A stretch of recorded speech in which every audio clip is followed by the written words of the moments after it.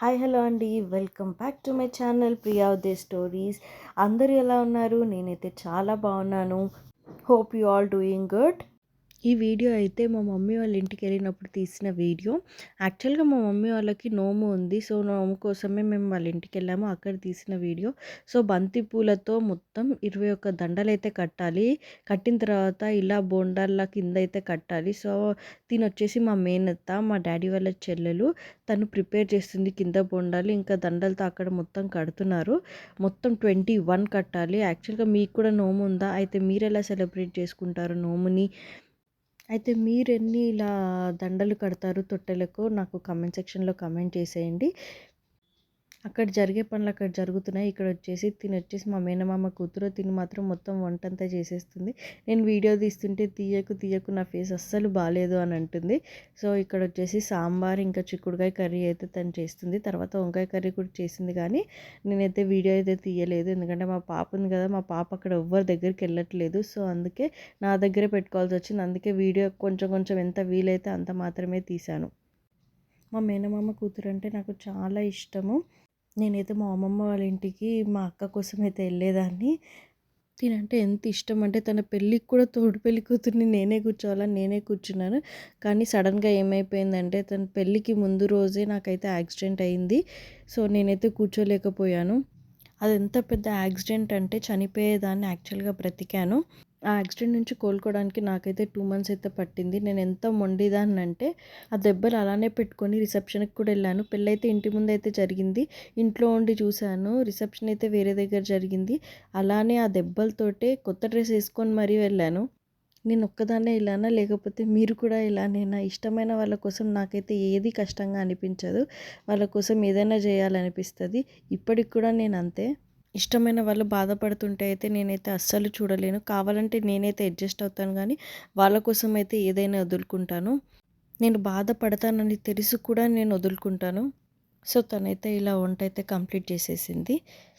దాని తర్వాత ఇక్కడైతే మా మమ్మీ ఇక్కడ కూర్చొని అవన్నీ కౌంట్ చేస్తుంది. యాక్చువల్గా 21 ఉండాలి కంపల్సరీ. ఒకటి తక్కువ కాకూడదు, ఎక్కువ కాకూడదు. అందుకే కౌంట్ చేస్తుంది 1-2 సార్లు.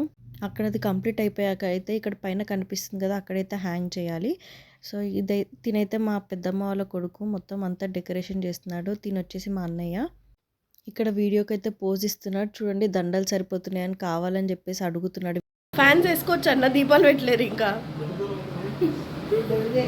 ఇక కష్టపడి ఈయన మా మేనమామ కొడుకు హాయ్. ఓ ఇక ఇదంతా కట్టిండు కష్టపడి, సూపర్ కట్టిండు. ఎల్లు ఒకసారి పోజి, అక్కడ ఇన్నే కట్టిండు ఈయన మా మేనమామ కొడుకు. నోము దగ్గర అయితే కంప్లీట్ అయిపోయింది. ఇంకా మిగతా కొన్ని పనులు ఉన్నాయి. అది మా మేనత్త ఇంకా మా మమ్మీ చేస్తున్నారు. ఇక్కడ వచ్చేసి మా అక్క ఇక్కడ కథపీటను అయితే కుదిస్తుంది. సో ఫస్ట్ పసుపు రాయాలి కాబట్టి పసుపు రాసేసి నేను తను కలిపేసి బొట్లు పెట్టేసి మొత్తం అంతా పీటను అయితే డెకరేట్ అయితే చేసేసాము. ఇవైతే వచ్చేసి నోము దొంతులకి ఇలా మొత్తం బ్లాక్ కలర్తో అలా పెట్టేసి బొట్లు అయితే పెట్టాలి. సో మా చిన్న మేనత్త ఇంకా మా మమ్మీ అయితే చేస్తున్నారు. సో చిన్న మేనత్త అంటున్నాను కాబట్టి మేము పెద్ద మేనత్తను అయితే చూపించలేకపోతున్నాం, ఎందుకంటే తను ఆ రోజు రాలేదు. ఎందుకంటే వాళ్ళ అత్త కింద పడి దెబ్బ తాకించుకుంది. సో తనకి బాగాలేదని చెప్పేసి రాలేదు. లేకపోతే తను కూడా చేస్తే ఇంకా కొంచెం ఫాస్ట్ అయిపోయేది. తనకు కూడా అన్నీ బాగా తెలుసు. నోము చేసుకుంటున్నప్పటి నుంచి ఫస్ట్ టైం రాలేదు. ఇక్కడ వ్రతానికి కూడా రెడీ అయిపోయింది. మొత్తం ఇలా అరిటాకులతో సైడ్కి అయితే పెట్టేసి బంతిపూలతో అయితే డెకరేషన్ అయితే చేసింది మా అక్క. సో నువ్వే వీడియో తీస్తున్నావు కదా అప్పటి నుంచి, ఇప్పుడు నేను వీడియో తీస్తాను, నువ్వు అక్కడ డెకరేట్ చేయని చెప్పేసి నాకు చెప్తే నేను వెళ్ళి అక్కడ సైడ్కి ఇంకొన్ని పూలు పెట్టాల్సింది ఉంటే అక్కడ పూలు అయితే పెట్టేస్తున్నాను.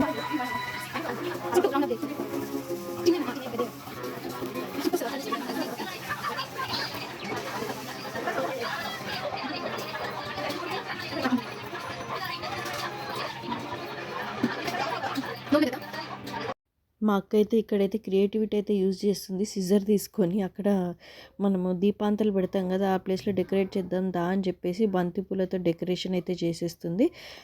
మా అక్క పని చేయడంలో చాలా ఫాస్ట్, ఫటాఫట్ అన్ని పనులు అయితే చేసేస్తుంది. అన్ని నోము దంతులకైతే ఇక్కడైతే బొట్లయితే పెట్టేశారు. తర్వాత వాటికన్నిటికి పూలు కట్టేసి అక్కడైతే పెట్టేసేయాలి. ఇక్కడైతే వచ్చేసి మా మమ్మీ ఆ దొంతు లోపల బియ్యం అయితే వేస్తుంది. ఈ బియ్యాన్ని అయితే మనము ఒక 1 వీక్ తర్వాత డైలీ పూజ చేసిన తర్వాత మనం ప్రసాదం అయితే వండుకోవాలి. సో 5 కానీ 11 కానీ వేసుకోవాలి అందులో. ఈ నోము అనేది ఒక్కొక్కళ్ళకి ఒక్కొక్కలా ఉంటది. సో మా నాన్నమ్మ ఇలా చేసేది కాబట్టి వీళ్ళు కూడా ఇలా చేస్తున్నారు. సో మొత్తం కంప్లీట్ అయిపోయాక ఈవినింగ్ అయితే అయిపోయింది. ఆల్మోస్ట్ 7, 7:30 దాటిపోయింది. పంతులైతే వచ్చేసి వ్రతం ఇంకా నోము అయితే కంప్లీట్ చేసేసారు. సో అయిపోయేసరికి మొత్తం 9, 9:30 అయిపోయింది. 2 అవర్స్ పట్టింది మాకు మొత్తం కంప్లీట్ చేసుకోవడానికి. నోము దగ్గర నైవేద్యంగా అయితే నూనె పోలెలు ఇంకా నోము చారు అయితే చేస్తారు. అదైతే ప్రసాదంగా ఎక్కిస్తారు. నోము చేసేవాళ్ళైతే మార్నింగ్ నుంచి అయితే ఏం తినరు. మొత్తం వ్రతము ఇంకా నోము అయిపోయిన తర్వాత అయితే తినాలి. సో మార్నింగ్ నుంచి మా మమ్మీ మా డాడీ అయితే ఉపవాసం అయితే ఉన్నారు.